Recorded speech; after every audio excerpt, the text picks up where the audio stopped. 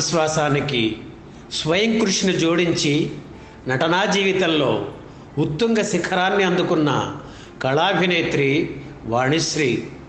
హాస్యనటిగా చిన్న చిన్న పాత్రలు పోషించే నటిగా తెలుగులో కెరీర్ ప్రారంభించి సినీ జీవితంలో తాను ఆశించిన శిఖరాన్ని అందుకున్న ఈ అభినేత్రికి తన బలం ఏమిటో లోపాలు ఏమిటో బాగా తెలుసు.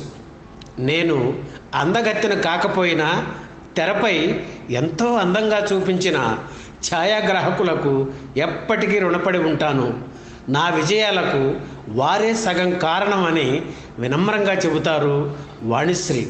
మిగతా సగానికి కారణం ఆమె అసమాన అభినయం, అనుదినం తనపై తనకు ఉండే అదుపు. ఆమె కట్టు బొట్టు ఆనాటి యువతులకు ఆదర్శంగా ఉండేది. ఆమెలా కనిపించడానికి అమ్మాయిలు పోటీ పడేవారు. చక్కని శరీర సౌష్ఠవం కోసం వాణిశ్రీ ఓ తపస్సులా కృషి చేసేవారు. ఫుడ్ విషయంలో, బాడీ విషయంలో ఆమె ఎలాంటి జాగ్రత్తలు తీసుకునేవారో వింటే మనకు ఆశ్చర్యం కలుగుతుంది. సాత్విక ఆహారమే ఆమె తీసుకునేవారు. తెల్లవారు 5 గంటలకు లేచి ఇంట్లో మేకప్ రూమ్లో కూర్చుంటే అందంగా తయారు కావడానికి 3 గంటలు పట్టేది. ఆ తర్వాతే షూటింగ్కి వెళ్ళేవారు. మేకప్ విషయంలో రాజీ లేని శ్రద్ధ ఆమెది. ఒక సినిమా కమిట్ అయ్యాక షూటింగ్లో పాల్గొనడానికి ముందే పాత్రకు తగ్గట్లు ఎలాంటి చీరలు వాడాలి, ఎలాంటి అలంకరణ అని వాటికి ముందుగానే ప్రిపేర్ అయ్యేవారు. ఇది శ్రమతో కూడుకున్న వ్యవహారమే. అయినా అలా చేయడం వల్ల తన ఫిగర్ను కాపాడుకున్నారు. 16 ఏళ్ల పాటు అగ్రనటిగా తెలుగు ఇండస్ట్రీని ఏలగలిగారు వాణిశ్రీ. ఆనాటి అనేక మంది కన్నెపిల్లల మనోభావాలకు, యువకుల సుందర స్వప్నాలకు ప్రతీకగా నిలిచిన వాణిశ్రీ నట జీవితం వడ్డించిన విస్తరి కాదు. అంత సులభంగా ఆమె అంత పొజిషన్కు చేరువ కాలేదు. నట జీవితంలో వాణిశ్రీకి ఎదురైన అనుభవాలు, అవమానాలు ఏమిటి, వాటిని ఆమె ఎలా ఎదుర్కొని అగ్ర కథానాయికగా ఎదిగారు అనే వివరాలతో, అరుదైన సమాచారంతో ఈ వీడియోను మీకు అందిస్తున్నాం. అన్నీ అమరిన జీవితంలో అసలు మజా ఏముంటుంది? శ్రమించి సాధించడంలో ఉన్న ఆనందం ఇంకెందులోనూ ఉండదు. వాణిశ్రీ జీవితంలో వెలుగులు ఎన్ని ఉన్నాయో చీకట్లు అన్నీ ఉన్నాయి. అయితే దేవుడు నాకు ఏమీ ఇవ్వలేదు అని బాధపడుతూ కూర్చోకుండా ప్రతి క్షణం శ్రమించి విజయాన్ని తన వాకిట్లోకి తెచ్చుకున్నారు. తన రూపంతో కాకుండా నటనతో, వ్యక్తిత్వంతో పాత్రకు ప్రాణప్రతిష్ఠ చేయడంలో వాణిశ్రీ నిజంగా రాణిశ్రీ, బాణిశ్రీ కూడా. వాణిశ్రీ అసలు పేరు రత్నకుమారి. 1948 ఆగస్టు 3న నెల్లూరులో పుట్టారు. ఆమె తండ్రి రాఘవయ్య నాయుడు, తల్లి వెంకమ్మ. కాంతం, రత్నకుమారి ఇద్దరే వారికి సంతానం. ఉస్మాన్ సాహెబ్ పేట BVS హై స్కూల్లో 9వ తరగతి వరకు చదువుకున్నారు. చిన్నతనంలోనే తండ్రి చనిపోయారు. 2 ఆడపిల్లల్ని తీసుకుని వెంకమ్మ మద్రాసు చేరారు. రత్న అక్కడ ఆంధ్ర మహిళా సభలో మెట్రికులేషన్ పూర్తి చేసింది. స్కూల్లో చదువుతో పాటు నృత్యం, సంగీతం, చిత్రలేఖనం కూడా నేర్పించేవారు. చదువు పూర్తయ్యాక భరతనాట్యం నేర్చుకుంది. ఆ సమయంలోనే రత్నకు నటన మీద ఆసక్తి మొదలైంది. రత్నకుమారి మొదటగా వేసిన నాటకం రక్త కన్నీరు. వాళ్ళ కుటుంబానికి పరిచయం ఉన్న వ్యక్తి ద్వారా ఈ అవకాశం వచ్చింది. నటుడు నాగభూషణంకు చెందిన రవి ఆర్ట్ థియేటర్స్లో అలా తను కూడా సభ్యురాలు అయ్యింది. డైలాగ్ ఎలా చెప్పాలో అక్కడ ఆమెకి నేర్పించిన తొలి గురువు నటి సీత. ఆ తర్వాత దొంగ, రాగరాగిణి వంటి నాటకాల్లో నటించింది రత్న. ఆ సమయంలోనే చిల్లర కొట్టు చిట్టెమ్మ నాటకంలో నటించే అవకాశం ఆమెకు లభించింది. రత్నతో పాటు ఆ నాటక సమాజంలో ఉన్న వారందరి దృష్టి సినిమాల మీద ఉండేది. అందుకే వారు తమ శక్తి సామర్థ్యాలను పణంగా పెట్టి ఆ నాటకాన్ని ప్రాక్టీస్ చేశారు. మద్రాసులోని ఆంధ్ర క్లబ్లో జరిగిన చిల్లర కొట్టు చిట్టెమ్మ నాటక ప్రదర్శనతో రత్నకుమారి జీవితం కొత్త మలుపు తిరిగింది. ఆ ప్రదర్శనకు చిత్తూరు నాగయ్య, కన్నడ దర్శకుడు హూన్సూర్ కృష్ణమూర్తి కూడా వచ్చారు. చిట్టెమ్మగా రత్నకుమారి నటన కృష్ణమూర్తిని ఆకర్షించింది. తను కన్నడంలో తీస్తున్న వీర సంకల్ప చిత్రంలో ఆమెని హీరోయిన్గా తీసుకున్నారు. అలా వీర సంకల్ప చిత్రంతో మొదలైన రత్నకుమారి సినీ జీవితం 1979లో ఆమె పెళ్లి చేసుకుని సినిమాలకు విశ్రాంతి తీసుకునేంత వరకు అప్రతిహతంగా కొనసాగింది. వీర సంకల్ప చిత్రం షూటింగ్ మద్రాసులోని గోల్డెన్ స్టూడియోలోనే జరిగింది. అక్కడే ఒకరోజు రష్ వేసుకుని చూస్తున్నారు కృష్ణమూర్తి.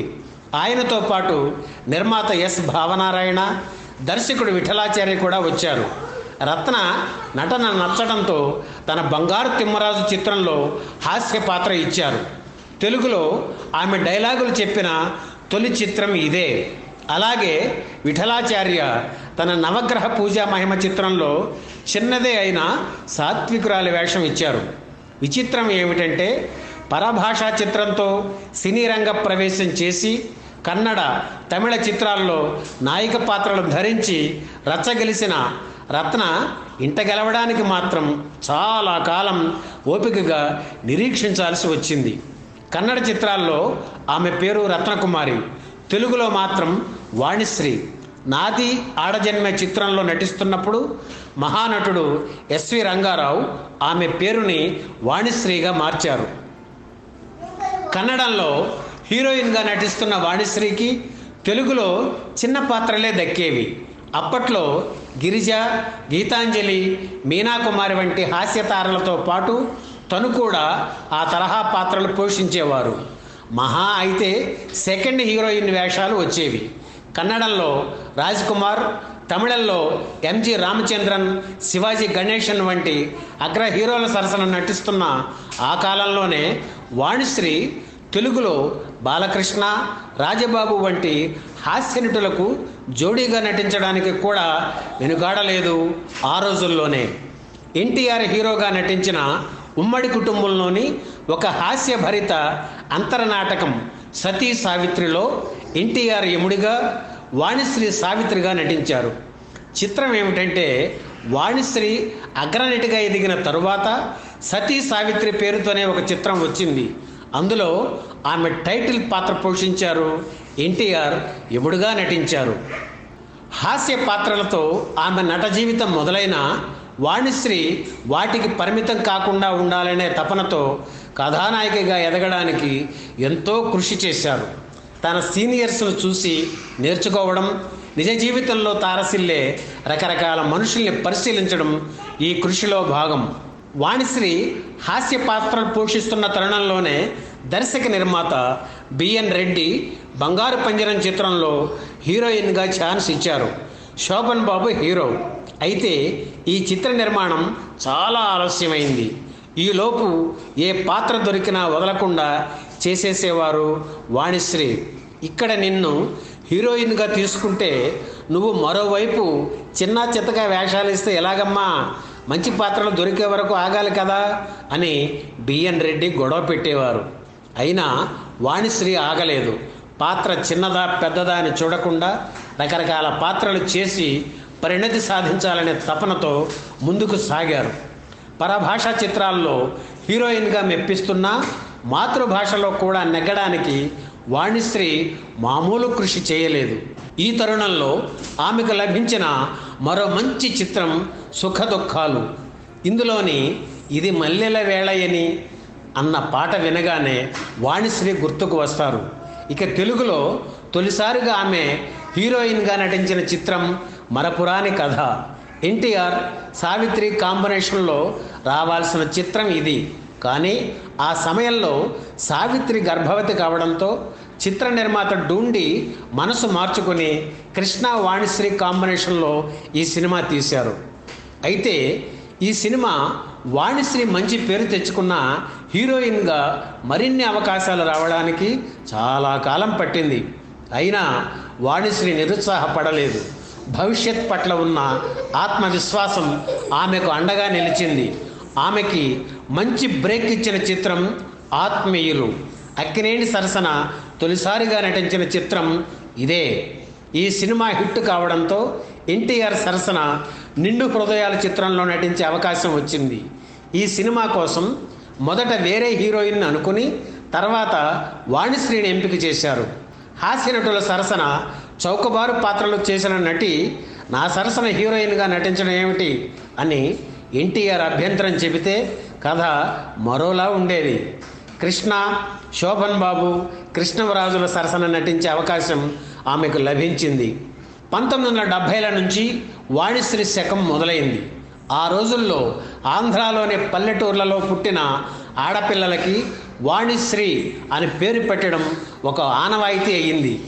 ఊరికి 4-5 వాణిశ్రీలు ఉండేవారు. ఆమె తొలిసారిగా ద్విపాత్రాభినయం చేసిన 2 అమ్మాయిలు వాణిశ్రీకి స్టార్ హోదా తెచ్చింది. ఆ సినిమాలో అక్కినేని, శోభన్ బాబు వంటి హీరోలు ఉన్నా ఆ సినిమా కథంతా వాణిశ్రీ చిటికెన వేలు పట్టుకుని నడుస్తుంది. హీరోల ప్రపంచంలో తనకంటూ ఓ ప్రత్యేక స్థానాన్ని ఏర్పాటు చేసుకున్నారు వాణిశ్రీ. దసరా బుల్లోడు, ప్రేమ్ నగర్, దేశోద్ధారకులు, బంగారు బాబు వంటి చిత్రాలతో వాణిశ్రీ తిరుగులేని నాయికగా ఎదిగారు. దేవదాసు చిత్రంతో అక్కినేని, సావిత్రి జంటకు వచ్చినంత పేరు ప్రేమనగర్ ఘన విజయంతో అక్కినేని, వాణిశ్రీ జోడీకి వచ్చింది.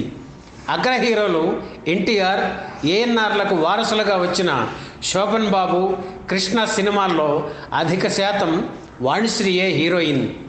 వ్యాపార చిత్రాలతో పాటు శ్యామ్ బెన్గల్ అనుగ్రహం, బాపు, గోరంత దీపం వంటి కళాత్మక చిత్రాల్లో నటించడం వాణిశ్రీ అభిరుచికి నిదర్శనం. ఈ చిత్రాల్లో ఆమె మేకప్ లేకుండా నటించడానికి కూడా వెనుకాడలేదు. తమిళంలో 75 చిత్రాల్లో వాణిశ్రీ నటించారు. ఎంజీఆర్తో 3 చిత్రాల్లో నటించగా శివాజీ గణేశన్తో కలిసి 15 సినిమాల్లో నటించారు. తొలి రోజుల్లో హిందీ చిత్రాల్లో అవకాశాలు వచ్చాయి, కానీ డేట్స్ కుదరక చేయలేదు. స్టార్ హీరోయిన్ హోదా వచ్చిన తర్వాత ప్రేమ్ నగర్ హిందీ వెర్షన్లో వాణిశ్రీని తీసుకుందామని అనుకున్నారు. హిందీ వెర్షన్లో హీరోగా మొదట దిలీప్ కుమార్ని ఎంపిక చేశారు. ఆయన వహీదా రెహమాన్ను హీరోయిన్గా తీసుకోవాలని కండిషన్ పెట్టారు. చివరకు రాజేష్ ఖన్నా, హేమామాలిని జంటగా హిందీ ప్రేమ్ నగర్ మొదలైంది.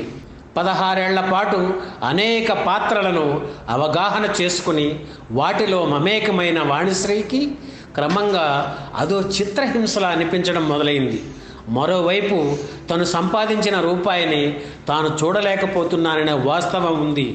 ఉత్సాహ ఉద్వేగాలు, ప్రేమానురాగాలు వెండితెరకే పరిమితం చేసుకోరాదని నిర్ణయించుకుని 1979 ఫిబ్రవరి 28న డాక్టర్ కరుణాకరణ్ను వివాహం చేసుకున్నారు వాణిశ్రీ.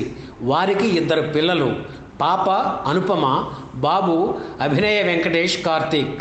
పెళ్ళైన పిల్లలున్న అభినయ వెంకటేష్ కార్తీక్ ఆత్మహత్య చేసుకోవడం, అనుపమ పెళ్లి చేసుకోకుండా ఉండిపోవటం వాణిశ్రీ జీవితంలో 2 విషాదాలు.